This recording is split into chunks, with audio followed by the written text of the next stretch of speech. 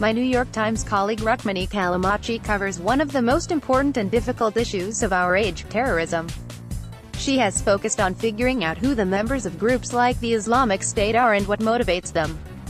At other times, she's approached ISIS much like a reporter on the business desk would take on a corporation, by sifting through its internal documents.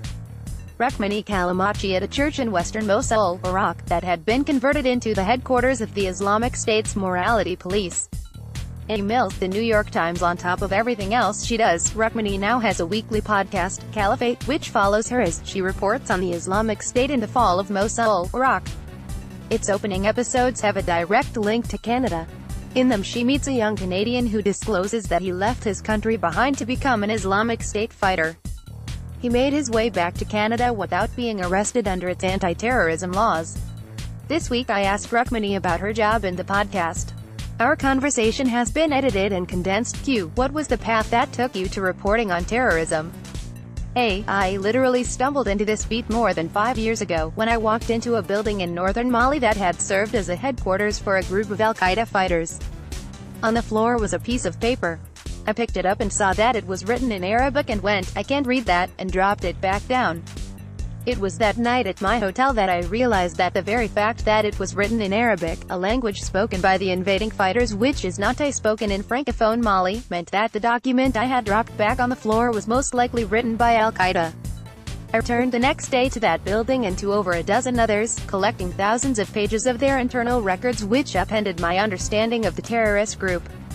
I realized that so much of what I had been told by officials about this organization was wrong, and that if I could contribute to our understanding of terrorism by trying to go to the source, namely the group's records, their fighters and those who have interacted with them. That was the start of the journey I am still on today. An Islamic State flag hanging above a bed in a house used by the militants in Mosul. Ivor Prickett for the New York Times. A question that I suspect that you're often asked, is your assignment dangerous? I don't like to talk about this because the purpose of our work is to shed light on the issues facing our world and not to draw attention to ourselves. But yes, the document hunting is especially difficult because ISIS mined many of the buildings they occupied. It's why I never enter these buildings alone. My team was always embedded with Iraqi troops, who took the greatest risk by entering the buildings first and who then watched over us as we searched for documents. There were numerous buildings that they deemed were too risky to enter. In one, we searched the front part of the house and then suddenly the troops started shouting and all of us ran outside. It was in the courtyard that they explained that they had discovered an unexploded IED in one of the side rooms, which they believed had been rigged to blow when we opened the door to the room. The podcast means that you now have a colleague from the Times along when you're reporting. Has that brought any changes, either good or bad? My work is often very solitary. It's usually just me flying to the country where I am reporting, staying by myself in a hotel and then meeting up with our translators and fixers during the day. When I'm writing, it's even lonelier. It was so much fun to have my audio colleague Andy Mills for one of my trips to Iraq. He was at my side for almost 4 weeks. We slept on the roofs of abandoned buildings together. We embedded with troops and searched buildings side by side. And then back in New York, it was such a rush to be able to work with a team, including producers Larissa Anderson and Aspa Chaturvedi and our editors, Wendy Dorr and Sam Dolnick. We all shared in the creation of this project. Does the podcast allow you to tell stories that elude the printed word? Audio allows you to be much more transparent with listeners about the process through which you got the story. For example, last year in a story Andy and I recorded for The Daily, another Times podcast, about recently rescued Yazidi girls, who had been raped over 3 years by the Islamic State, we entered a tent where we found 2 girls, both collapsed. They appeared to be unconscious and I realized right away that we had no business being there. In the audio, you hear me telling Andy that we need to leave. I think that singular moment speaks to the immense trauma that this community has faced and allows listeners to understand that getting these interviews is not a simple walk-in, walk-out scenario. You're also wrestling with the ethical dimension of whether you should even be there. Municipal garbage collectors retrieved unclaimed bodies, mostly suspected of being Islamic State members, from the old city district of West Mosul in February.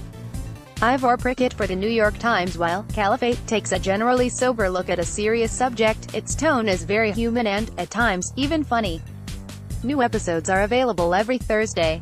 Those of you who are Times subscribers can listen to episodes a week before everyone else, assuming that you are logged into the Times' site. On May 11th, Rukmini will be in Toronto to discuss her podcast at the University of Toronto's Rotman School of Management. In addition to playing excerpts from her podcast, Rukmini will analyze the current state of the terrorism threat with Janice Gross-Stein, founding director of the Munk School of Global Affairs at the University of Toronto, and Amarnath Amarasingham, an author and researcher. You can buy tickets here, and if you're a Times subscriber, you'll get 50% off the regular price.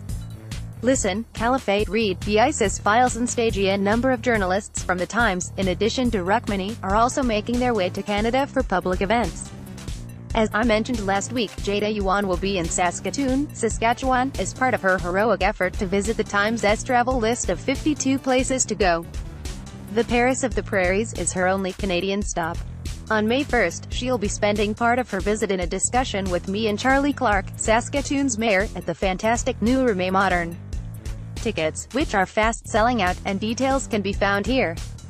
And we're giving away a pair of those scarce tickets for the Saskatoon talk and reception through this drawing.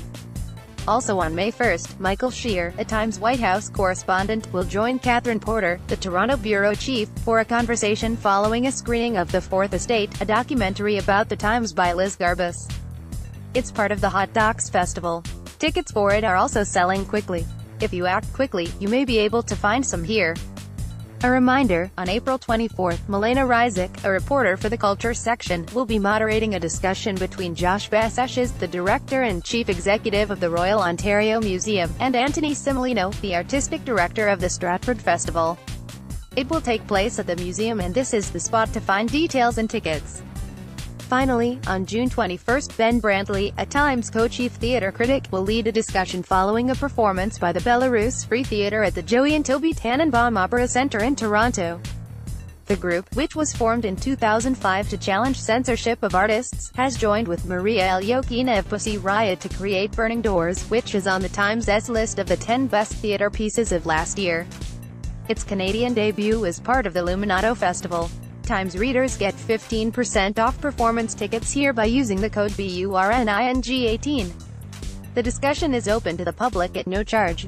Centerize. When I was flying back from Western Canada recently, the captain joked over the PA system that the Toronto Maple Leafs were hoping to finally have a color photograph of a Stanley Cup win.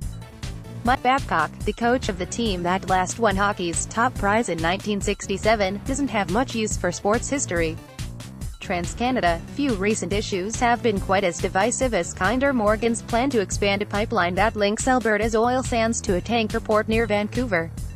And as Alberta and British Columbia battle things out, Prime Minister Justin Trudeau, stuck in the middle, is making choices that will inevitably alienate some voters. The Selkirk herd of caribou is so rarely seen that its members are known as the Grey Ghosts. Now their numbers have dwindled to the point where some wildlife experts say they are functionally extinct. Mining, forestry and oil and gas development in British Columbia are being blamed. Bruce McArthur, the suspect in a serial killing case which has unnerved and angered many in Toronto's gay community, now faces an 8th charge of first-degree murder. A landmark hotel in Victoria, British Columbia, has forgiven the worst hotel guest ever.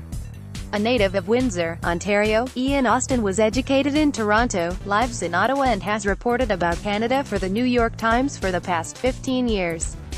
Follow him on Twitter at @IanRoston.